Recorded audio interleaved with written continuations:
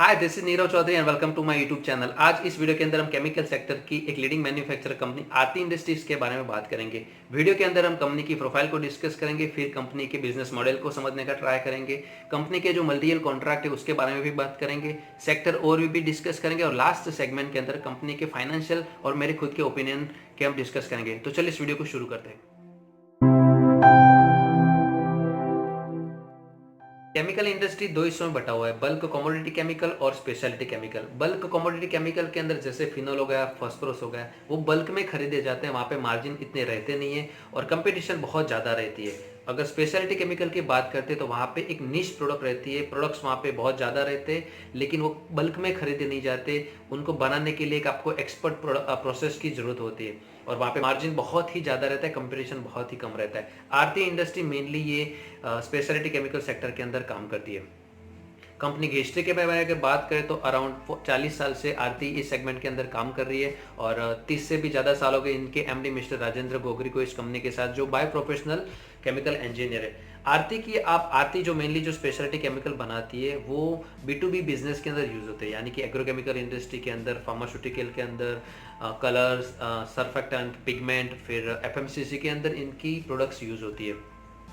पिछले साल आरती ने एक डीमर्जर किया था और उनका लेसर प्रॉफिटेबल जो यूनिट था होम एंड पर्सनल केयर को, उसको अलग बना दिया, उस कंपनी को अलग कर दिया, आरती सर्फेक्टेंट्स।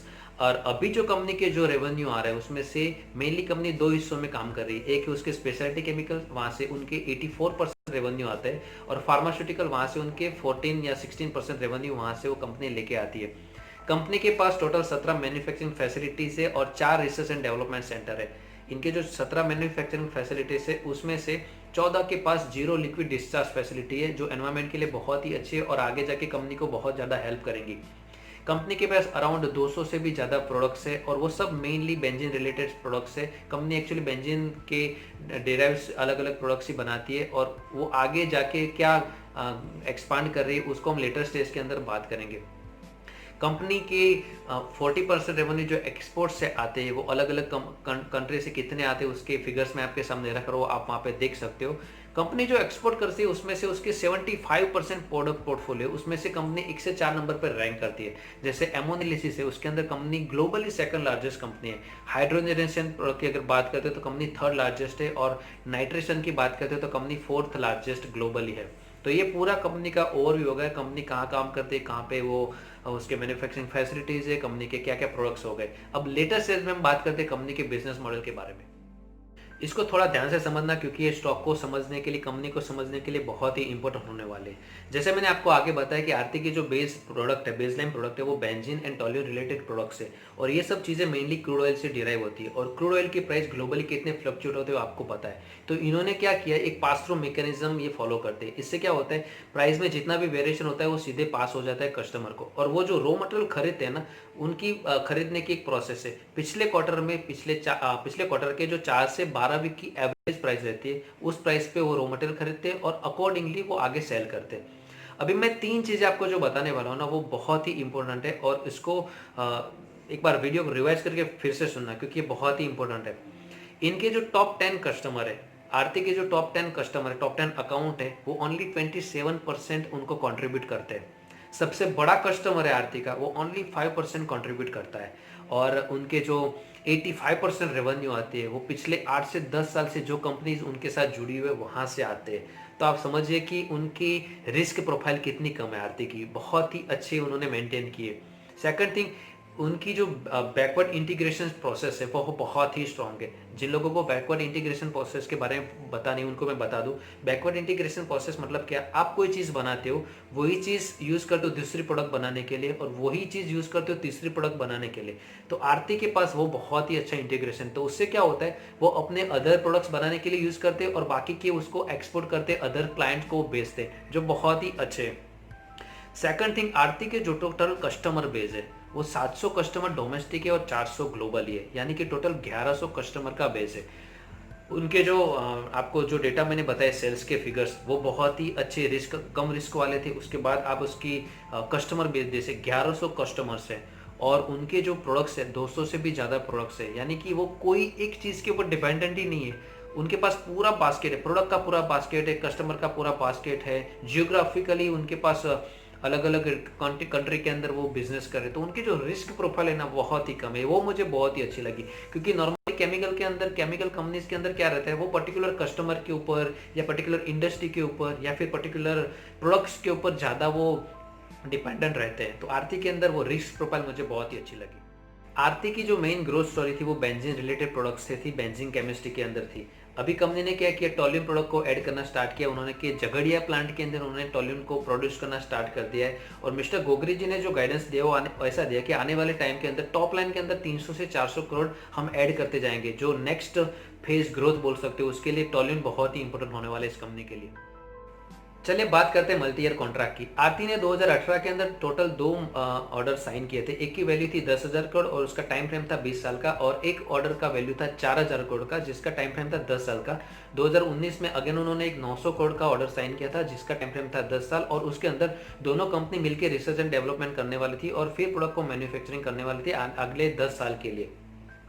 जिन लोगों को multi year long term contract के बारे में पता है उनको मैं थोड़ा सा सिंप्लीफाई करता हूँ। होता क्या है, नॉर्मली कंपनीज क्या करती है, अलग अलग केमिकल के लिए अलग अलग कंपनीज को ऑर्डर देती है और वहाँ से वो अलग अलग प्राइस के ऊपर लिमिटेड टाइम के लिए या फिर रेगुलरली वहाँ से परचेस करते हैं। वहाँ पे क्या रहता है, कई बार क्वालिटी के इश्यू आ जाता है, कई बार डिलीवरी में इश्यू आ जाते हैं। तो जो बड़ी कंपनी है जैसे कि बीएसएफ हो गई, बायर हो गई, जो क्वालिटी ओरिएंटेड कंपनी रहती है, वो क्या करती है, बल्कि जो टॉप ग्लोबल बेस्ड कंपनी रहती है उनके साथ डील करती है। वहाँ पे क्या होता है, क्वालिटी फिक्स हो जाती है, फिर आपकी डिलीवरी टाइम फिक्स हो जाती है, आपकी प्राइस फिक्स हो जाती है और ईयरली इंक्रीमेंट के हिसाब से आपका बिजनेस स्टार्ट हो जाता है। तो आपको आपके जो रॉ मटेरियल है वो आपके हिसाब से आपको मिलने लगते हैं। इसमें दोनों कंपनी को फायदा है। अगेन इन एंड यूजर को क्या होता है, उनको अपनी प्रॉपर क्वालिटी डिलीवरी प्राइस मिल जाती है। और जो आरती जैसी कंपनी है उनको क्या रहता है, उनके जो फ्यूचर के प्रोस्पेक्ट होते हैं वो इंटैक्ट रह जाते हैं। उनको पता होता है कि हम जो चीज़ बना रहे हैं उनको ऑलरेडी से पहले से किसी ने खरीद के रखा है उस पर्टिकुलर प्राइस पे, तो उनके ऊपर उतना ज़्यादा प्रेशर नहीं रहता। उनके प्रॉफिट मार्जिन मेंटेन होते हैं और उनके रेवेन्यू भी top line and bottom line वहाँ पे मेंटेन हो जाती है। चलिए अब समझते हैं एक एक करके तीनों प्रोजेक्ट्स को। सबसे पहले बात करते हैं 10,000 करोड़ का प्रोजेक्ट। आरती ने जो गाइडेंस दिया था वो Q3 के अंदर 2021 तक इस प्रोजेक्ट को स्टार्ट करने की उन्होंने बात बताई थी। पहले एक्चुअली ये टारगेट पहले था Q1 का, लेकिन अगेन ये लॉकडाउन एंड कोरोना की वजह से थोड़ा सा लेट गया है, इसलिए Q3 के अंदर ये प्रोजेक्ट स्टार्ट हो जाएगा। 900 करोड़ की जो प्रोजेक्ट है वो एक्चुअली मार्च के अंदर 2021 के अंदर स्टार्ट हो जाएंगे और उसके रेवेन्यू ऐड होने स्टार्ट हो जाएंगे। लेकिन अगेन 4,000 करोड़ का जो बड़ा प्रोजेक्ट था वो टर्मिनेट हो गया। आपने शायद न्यूज भी पढ़ा होगा, वो प्रोजेक्ट एंड यूजर ने कैंसिल कर दिया है। एक एग्रोकेमिकल कंपनी थी जिसको हार्मिसाइड्स बनाने के लिए ये आरती अपने इंटरमीडिएट सप्लाई करने वाली थी, लेकिन अगेन वो जो कंपनी है उसने अपना थोड़ा बिजनेस स्ट्रेटजी को चेंज किया। पहले उसने क्या किया था कि वो इन हाउस मैन्युफैक्चरिंग करने वाली थी, मतलब आरती के पास मैन्युफैक्चरिंग करके वो खरीदने वाली थी। लेकिन अभी उन्होंने डिसाइड किया कि हम ये जो इंटरमीडिएट्स है वो सोर्स करके आउटसोर्स करेंगे, तो ये कैंसिल किया 4,000 करोड़ का।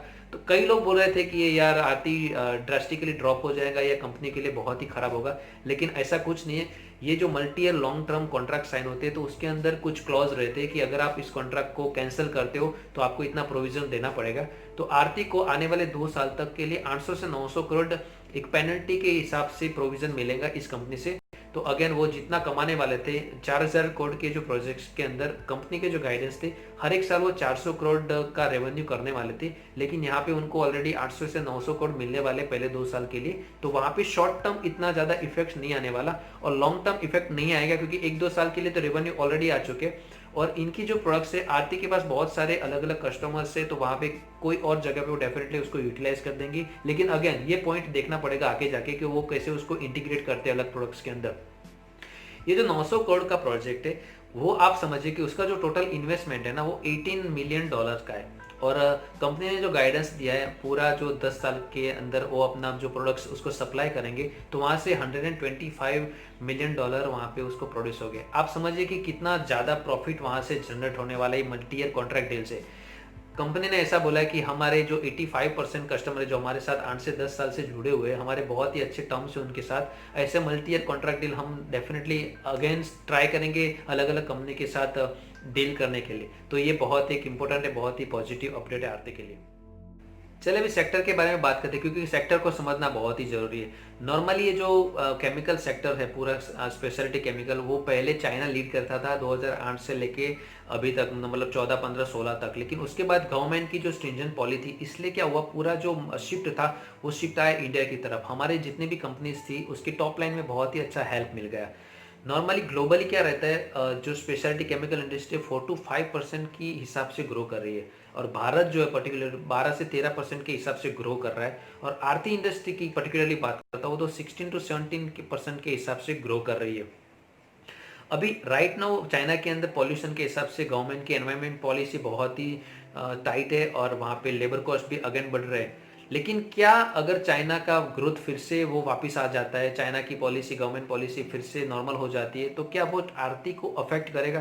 क्योंकि यहाँ तक जो हिस्ट्री है वो तो अच्छी है, लेकिन अभी आगे सस्टेनेबल मॉडल है कि नहीं, उसको समझने का ट्राई करते हैं। नॉर्मली आरती जो सेगमेंट के अंदर काम करता है वो बेंजीन रिलेटेड प्रोडक्ट्स है, बेंजीन एंड टॉल्यून, जो मेनली डिराइव होते हैं क्रूड के अंदर से। अभी भारत के अंदर क्या है, रिफाइनिंग कैपेसिटी ऑलरेडी सरप्लस है, और इसके कारण हमारी जो बेंजीन का मैन्युफैक्चरिंग जो कैपेसिटी वो भी ऑलरेडी सरप्लस है। तो हम नॉर्मली जो जितने भी एक्सपोर्ट करते हैं ऑर्गेनिक केमिकल, उसमें से 20% हम बेंजीन प्रोडक्ट एक्सपोर्ट करते हैं। चाइना के अंदर पूरा उल्टा है इससे। चाइना क्या करता है, जितनी भी ऑर्गेनिक केमिकल इंपोर्ट करता है उसमें से 7 से 8% तो खाली बेंजीन रिलेटेड प्रोडक्ट्स को इंपोर्ट करता है। तो हमारे लिए चाइना कंपटीशन नहीं आती है, लेकिन चाइना एक बहुत ही बड़ा क्लाइंट है हमारे लिए। अगर चाइना में ग्रोथ वापस आती है तो हमारा वहाँ पे एक्सपोर्ट बहुत बढ़ सकता है। तो चाइना अगेन कंपटीशन नहीं, चाइना एक हमारे लिए बहुत बड़ा कस्टमर बन सकता है आरती के लिए। चलिए कंपनी के फाइनेंशियल के बारे में बात करते हैं। शुरू करते हैं कंपनी के शेयर होल्डिंग पैटर्न से। 47% प्रमोटर होल्डिंग है, प्लेस प्रमोटर होल्डिंग 0 है, बाकी के अदर्स FII, DII और म्यूचुअल फंड की होल्डिंग आप देख सकते हो। एक स्क्रीनशॉट रख देता हूँ उसके रेवेन्यू और प्रॉफिट मार्जिन के। मैंने इसको दो हिस्सों में बांटा हुआ है, स्पेशलिटी केमिकल और फार्मास्यूटिकल, आपको क्लियर कट समझने के लिए। ऊपर के जो पिक्चर है वो रेवेन्यू के लिए, नीचे के प्रॉफिट के लिए। स्पेशलिटी केमिकल के रेवेन्यू है ना वो 12% के हिसाब से ग्रो कर रहे हैं, और फार्मास्यूटिकल के रेवेन्यू है ना 16% के हिसाब से ग्रो कर रहे हैं, जो बहुत ही अच्छा, मतलब अराउंड 15-17% के हिसाब से उनके रेवेन्यू ग्रो कर रहे हैं टॉप लाइन। प्रॉफिट की अगर बात करते हैं तो स्पेशलिटी केमिकल 13% के हिसाब से ग्रो कर रहा है, और फार्मास्यूटिकली ट्रिमेंडस परफॉर्मेंस 37% के हिसाब से ग्रो कर रहा है। यानी कि उनके जो ओवरऑल प्रॉफिट मार्जिन है वो अराउंड 25% के हिसाब से ग्रो कर रहे हैं। एक बहुत ही इंपॉर्टेंट इन्फॉर्मेशन यहाँ पे है कि जो कोरोना की वजह से जितनी भी बैंक्स थी उन्होंने मोरेटोरियम अनाउंस किया था कि भाई जिन लोगों की बैंक्स में लोन चल रहे वो मोरेटोरियम यूज कर सकते हैं 3-4 महीने तक RBI की गाइडलाइंस के हिसाब से। आरती ने कोई भी मोरेटोरियम यूज नहीं किया, और उनके जो इंटरेस्ट थे वो एज पर कंपनी के गाइडलाइंस वो देते रहे थे, तो वो बहुत ही अच्छा है। चलिए अब बात करते हैं कंपनी के कैपेक्स के बारे में। कंपनी ने क्या क्या कैपेक्स प्लान किए और आने वाले टाइम में वो क्या इन्वेस्टमेंट करने वाले। कैपेक्स का मतलब होता है कैपिटल एक्सपेंडिचर। आप यानी कि आप जो नया प्लांट, ग्रीनफील्ड प्लांट डालते हो उसको बोलते हैं कैपेक्स, और ओपेक्स बोलते हैं यानी कि ऑपरेशनल एक्सपेंडिचर्स। आप जो प्लांट को रनिंग करने के लिए जो एक्सपेंस करते हो उसको ओपेक्स बोलते हैं। तो कंपनी ने कैपेक्स के लिए ऐसा गाइडलाइंस दिया है कि 2021 से 2023 तक टोटल 2300 करोड़ तक का इन्वेस्टमेंट वो करने वाले, और अलग अलग फैसिलिटी में एक्सपेंशन करने वाले। अभी मैं वो लिस्ट बोल रहा हूँ आपके सामने, क्योंकि सब इन्फॉर्मेशन आपको एग्जैक्टली मिले इसलिए। सबसे पहले वो स्पेशलिटी केमिकल्स के कॉम्प्लेक्स गुजरात के अंदर झगड़िया के अंदर स्टार्ट करने वाले। फिर फार्मास्यूटिकल इंडिग्रेंट्स के लिए वो एक डी बॉटलिंग का प्लांट भी करने वाले हैं। वापी और तारापुर के अंदर वो स्पेशलिटी केमिकल के अंदर एक्सपांशन करने वाले, और एक R&D सेंटर तुर्भे के अंदर डालने वाले। और ये जो मल्टी ईयर डील हुए उसके लिए वो कैपेक्स डालने वाले, और अलग अलग स्पेशलिटी केमिकल के लिए वो इनोवेशंस करने वाले। तो ये था टोटल उनके आने वाले प्रोजेक्ट्स की गाइडलाइंस। चलिए अब बात करते हैं मेरे ओपिनियन की, मैं क्या समझ रहा हूँ इस स्टॉक के बारे में। एक्चुअली स्पेशलिटी केमिकल आने वाले कुछ टाइम तक और अच्छा करने वाला है, उसमें कोई मतलब कोई क्वेश्चन ही नहीं है। तो ये कंपनी भी डेफिनेटली अच्छा करने वाले। मल्टी ईयर कॉन्ट्रैक्ट है इसके पास, और मुझे लग रहा है जहाँ तक उसके फार्मा सेगमेंट के अंदर भी जिस तरह से वो उन्होंने ग्रोथ स्टार्ट किया है, तो स्पेशलिटी केमिकल में तो वैसे भी ग्रोथ होने वाला है। फार्मा के अंदर भी उन्होंने अच्छा सा ग्रोथ स्टार्ट किया है, और उनका जो लेसर प्रॉफिटेबल यूनिट था उन्होंने उसको डीमर्जर करके अलग कर दिया। तो अभी जो एंटिटी है उसमें प्रॉफिट मार्जिन डेफिनेटली अच्छा रहने वाला है, तो EBITDA मार्जिन रहने वाला है। लॉन्ग टर्म कॉन्ट्रैक्ट कंपनी के पास, इसलिए टॉप लाइन डेफिनेटली अच्छी आने वाली है। और अगर ऐसे एक दो और मल्टी ईयर कॉन्ट्रैक्ट ये कंपनी साइन करती है तो बहुत ही अच्छा होने वाला है। मैं रेकमेंड करूंगा इसको बाय करने का। अच्छी सी प्राइस पे अगर ये मिलता है तो इसको डेफिनेटली डीप पे बाय करना चाहिए। थैंक यू सो मच इस वीडियो को देखने के लिए। आपके कोई भी क्वेश्चन है तो आप कमेंट सेक्शन में बताइए। और हाँ, नेक्स्ट वीडियो आप कौन सा देखना चाहते हो वो कमेंट सेक्शन में बताएं, तो हम नेक्स्ट वीडियो को कवर करेंगे आपके लिए। चलिए, थैंक यू सो मच।